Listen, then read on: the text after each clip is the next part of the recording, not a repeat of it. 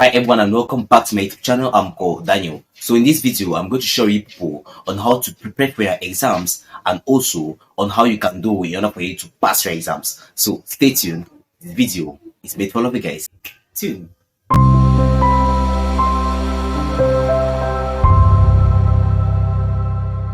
Okay, so in this video, I'm going to show you people the 5 ways that I use or that I classify as best in order for you to prepare for your exams and also in order for you to be able to pass most of your exams. So the first way is attendance and be attentive while being in class, because the two work together and one doesn't work without the other. That means that if you're present in class or in school, that means attendance, but you're not attentive while being in class, that means it's going to be useless. You're going to be vanished because you're going to lose all the informations that it just said. The same way goes around. That means that if it's that you are a very attentive person to what people say, but you're not in class, that means that you're not present in class that day, that means that you're going to lose 70% of the information that the teacher is going to be giving in class. That is what most intelligent people use while being in class. That means that they try the much as possible to be able to be very attentive. First of all, they try to be present in class, and while being present in class, they try to be very attentive to everything that the teacher says. That means they try getting all the information that the teacher is giving in class. That means 70% of the information that they need to write in your exams. That means that 70% of the information that you're supposed to write in your exams is what you get from class. That means that from the verbal words that the teacher says, from the example that you use, because your book is just there to give you 30% of the information that's supposed to write your exams, because the book doesn't serve as a source of learning or like a sort of understanding a lesson. No, it's just as a sort of revision to what you've already learned already, because it's in class that you're able to grab all the information, all the exams that the teacher is giving in class, for you to better understand what has been said. Our intelligent people do. Then they get to their books now just as a source of revision or to refresh their mind or what the teacher said, or the other for them to add a plus information to what they got while being in class. That's why you see intelligent people doesn't read a lot, they read very little, you see, because they grab all the informations while being in class. Then now the book just serves as a source of knowledge for refreshment before getting to the hall, and that's what they do in order to pass the exams. So try as much as possible to be always present in school, and also while being present in school, don't waste your time. Be very attentive to everything that is just this lesson and to the knowledge you're about to get from there. You cannot say it's very useless being present in class and not be attentive, because the two work together. Be present and be attentive. It's going to help you a lot. See how it's going to change your life. Try it next time. The second way in order for you to prepare for your exams and also don't make it to pass most of your exams is the fact that you need to study wisely. And I classify studies in 2 different types. That means that there are people that does what is called as quality reading, and that people that does what is called as quantity reading, which are completely different. That means that the people that do what's called as quality reading, that means that they know exactly what they need to read, what they need, and they read before time and they don't read on time. That means that if the exam is approaching, they don't read towards the exam period. No, they read before time. That means that they have been reading ever since preparing for that exams. You see, they don't wait for the time to come, like 1 week before exams or 2 days before exams, before they start reading. And while reading, they don't spend a lot of time. Those people are what's called as quality reading.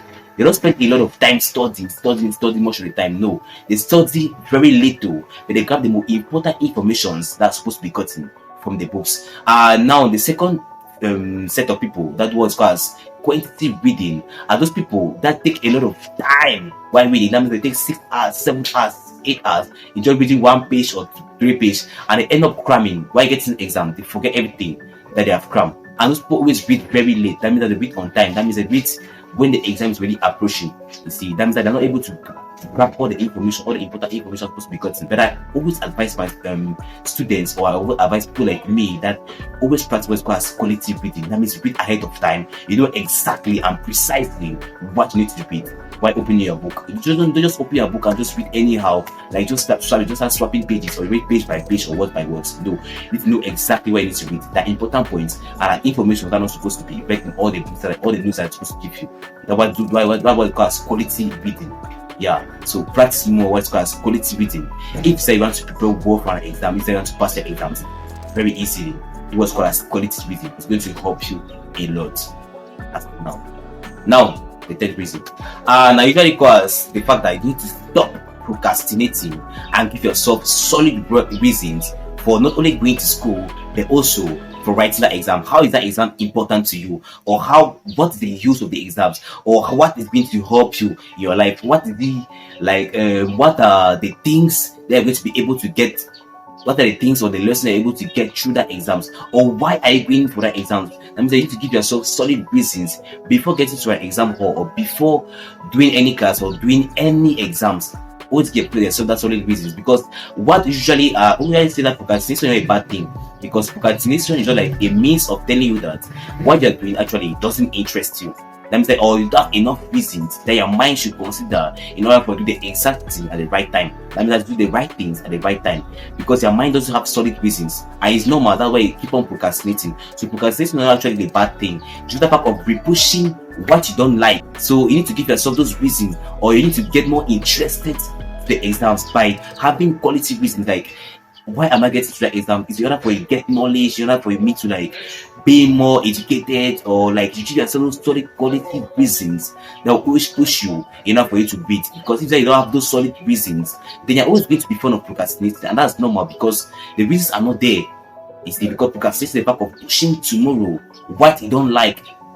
So if they give yourself reasons for like something that's because when you want to like eat, you don't procrastinate to eat. When you want to do something like you want to play football or do your passion, say singing, dancing, you don't procrastinate to do that, because why?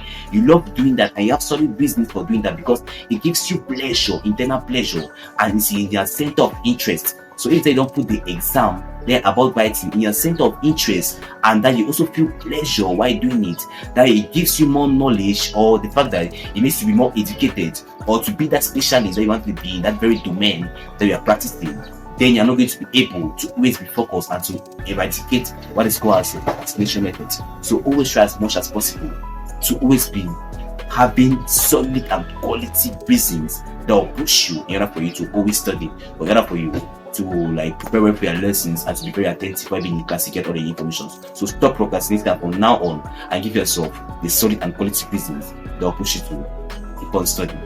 Okay, the fourth way for you to be able to pass most of your exams is the fact that you always need to practice. That means that for effective understanding and for effective learning, you always need to do what's called as practicing. That means always study and always continuously study your lessons that I'm giving you. That means that as like, I always use an example, like as a footballer, what makes like Cristiano Ronaldo or what makes Lionel Messi as the best players is not the fact that they just sit down and they wait for your football match to come, then they just get to the football and start dribbling and doing all the activities. No, it's the fact that they always practice what they domain that they always do. That means that why don't you do the same thing as concerning exams? Before your exams, like before a footballer gets you a match, he must have done a season of training on how to adapt before getting to the field, and that's why he's able to score a lot of goals. So the same thing for you. If they want to get to an exam hall, they should take it like a football match or a football field that you're supposed to play. That means they always need to practice. Or maybe the fact of maybe like a musician, when a musician really concert in before a musician wants to do a concert,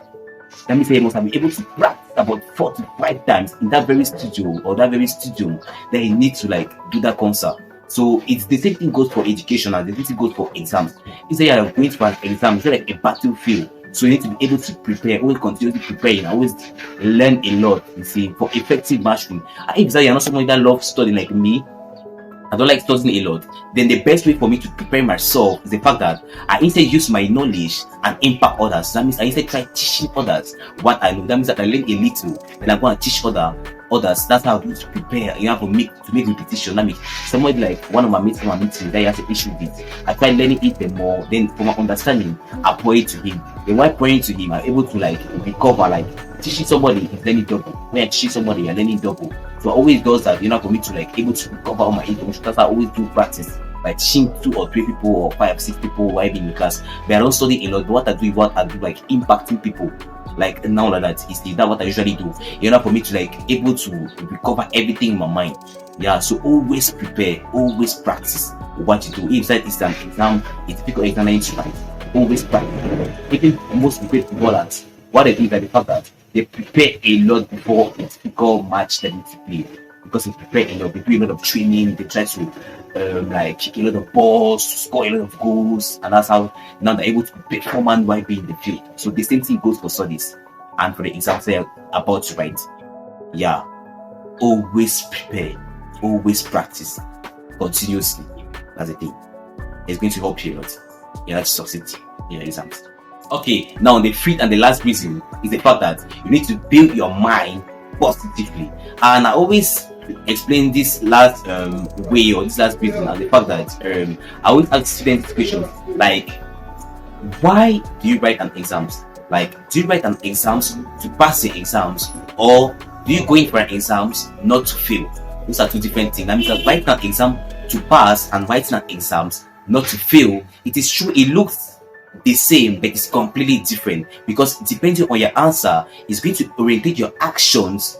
Your mind is going to orientate your actions on what to do. That means that if you say your answer was writing an exam not to fail, that means that all your mind is going to focus on is the fact that it's going to be very lazy and reluctant to do the things in order for you to hit very high, like 18 or a 19 or a 20 on 20, because it's just going to be able to like if I just get an 8 on 10 or a 9 on 10 or a 10 on a 10, or like if I just get a 8 on 20, or if I just get a 10 on 20 or 11 on 20, then that's okay.